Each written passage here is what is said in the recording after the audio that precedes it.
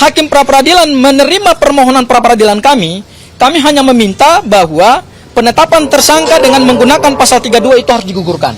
Ya. Praper kedua kita ini lagi-lagi kita ingin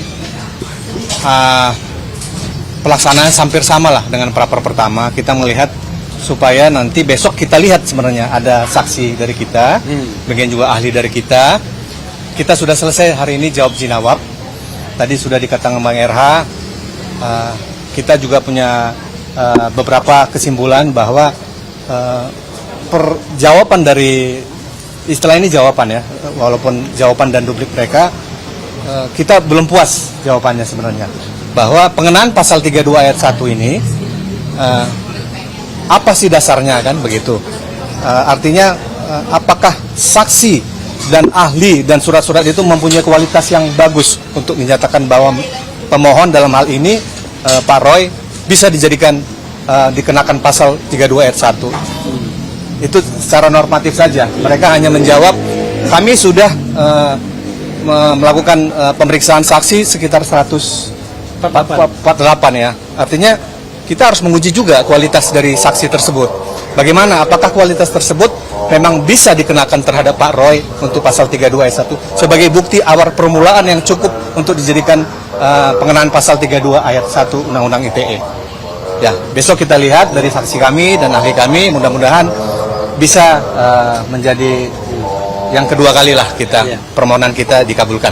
Itu aja. Tambahan sedikit ya, kami menantang kepada termohon terutama untuk menghadirkan saksi dan ahli dengan kualitas yang bisa mengatakan bahwa Mas Roy pantas dikenakan pasal 32 ayat 1. Nah, kami meragukan itu, terutama ahli digital forensik, ahli apapun yang nanti kami akan tanyain, apakah Anda sudah menganalisis bahwa Mas Roy melakukan perbuatan-perbuatan sehingga memenuhi kualifikasi pasal 32 ayat 1.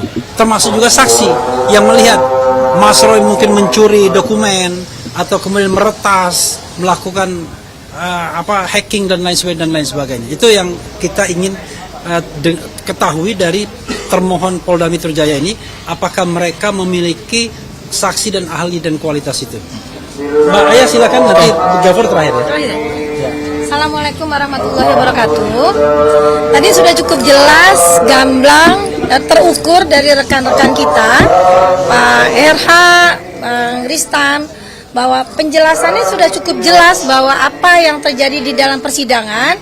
Dan untuk itu kita berharap nanti ke depan agenda besok selanjutnya itu saksi itu betul-betul yang dihadirkan adalah ahli yang betul-betul berkualitas sehingga bisa menjawab keraguan-keraguan tentang dalil atau pasal yang dituduhkan dilimpahkan kepada klien kita Pak Roy.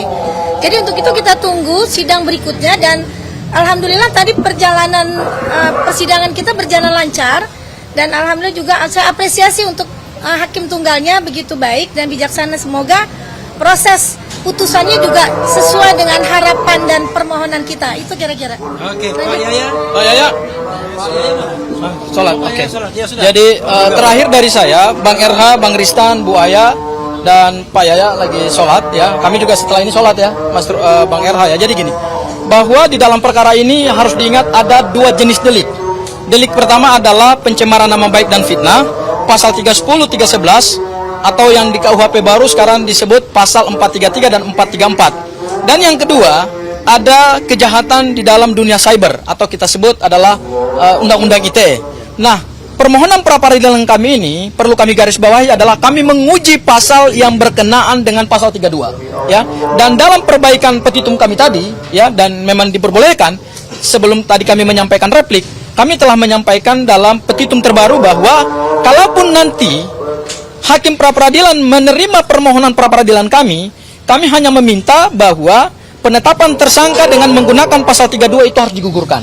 Ya. Sementara untuk pasal 35 Undang-Undang ITE dan kemudian pasal 310, 311 berkaitan dengan pencemaran nama baik dan fitnah itu belum kami uji. Ya. Jadi tidak boleh ada asumsi bahwa ini kami ingin menghapus perkara ini ya sehingga rakyat tidak mengikuti lagi proses hukum ini gitu. Tidak. Kami baru menguji satu pasal yaitu pasal 32. Kenapa kami ingin uji pasal itu? Seperti tadi yang disampaikan Bang Refli bahwa kami meragukan alat bukti atau minimal 2 alat bukti permulaan yang cukup yang dimiliki penyidik. Dan tadi dalam jawaban termohon dan kemudian mungkin dalam dupliknya juga, karena tadi dibacakan, tidak dibacakan, dianggap sudah dibacakan, bahwa sampai sejauh ini termohon Polda Metro Jaya belum mampu menguraikan apa dua alat bukti minimal yang cukup untuk menggambarkan peristiwa pengerusakan dokumen elektronik yang ancaman pidananya 8 tahun. Ya, besok kami akan menghadirkan 3 saksi, kemudian 1 ahli. Jadi besok ada 2 alat bukti, yaitu alat bukti saksi ada 3, kemudian adalah 1 lagi ahli. Dan besok juga kami akan menampilkan video yang menjadi dasar kenapa Mas Roy ditetapkan sebagai tersangka, dan itu juga akan dikonfirmasi langsung ke saksi yang melihat peristiwa pidana itu. Dan kemudian juga kami besok akan mengakses langsung dokumen elektronik yang diunggah Dian Sandi dari akun X-nya, sehingga Hakim Tunggal Pra-Peradilan bisa melihat secara langsung bahwa data atau dokumen atau informasi elektronik tersebut sebetulnya tidak pernah mengalami perubahan seperti yang didakwakan oleh jaksa penuntut umum dalam surat dakwaan maupun dalam surat penetapan tersangka. Oleh karena itu mudah-mudahan besok kami akan melakukan pembuktian berdasarkan fakta-fakta, dan kalau memang termohon atau pihak Polda Metro Jaya ingin menghadirkan saksi yang bisa menggambarkan peristiwa pidana itu, meskipun yang kami uji ini bukan material, tapi kami ingin menguji apakah penyidik Polda Metro Jaya mempunyai saksi yang berkualitas tidak, untuk melihat bahwa Mas Roy ini merusak dokumen elektronik Dian Sandi, dan kemudian besok kita akan buktikan itu dalam persidangan. Barangkali itu dari saya, Bang. Sedikit ya. Bang Erha, silakan Bang Erha. Kalau kita bicara pokok perkara, ya, ini pokok perkara ya, bukan pra-peradilan. Maka 2 unsur pasal 32 ini sudah gugur. Pertama, unsur bahwa dokumen ini harus milik seseorang, dan dalam konteks ini harus milik Pak Jokowi. Itu udah gugur. Karena ternyata bukan milik Jokowi kan, tapi milik Dian Sandi yang kemudian sekarang sudah menjadi open source, semua orang bisa melihatnya. Yang kedua adalah yang terkait dengan lupa tadi saya. Yang kedua open source. Yang tadi open source, Akun X. bukan, yang terkait dengan eksistensi dari data itu. Yaitu dokumen itu tidak rusak, Ya. tidak mengalami perubahan. hilang, tidak mengalami perubahan, dan insya Allah masih bisa diakses. Dan besok kita buktikan. Nah, dengan 2 ini saja sesungguhnya gugur pasal 32 ayat 1, tapi memang ini pokok perkara karena pembuktian. Tapi bagi kami adalah apakah ada 2 minimal alat bukti permulaan saja yang akan kita uji. Kalau tidak ada, maka seharusnya pasal ini tidak boleh dikenakan. Itu tambahannya ya. Terima kasih. Ya. Subscribe, share, like, and comment. Subscribe, share, like, and comment.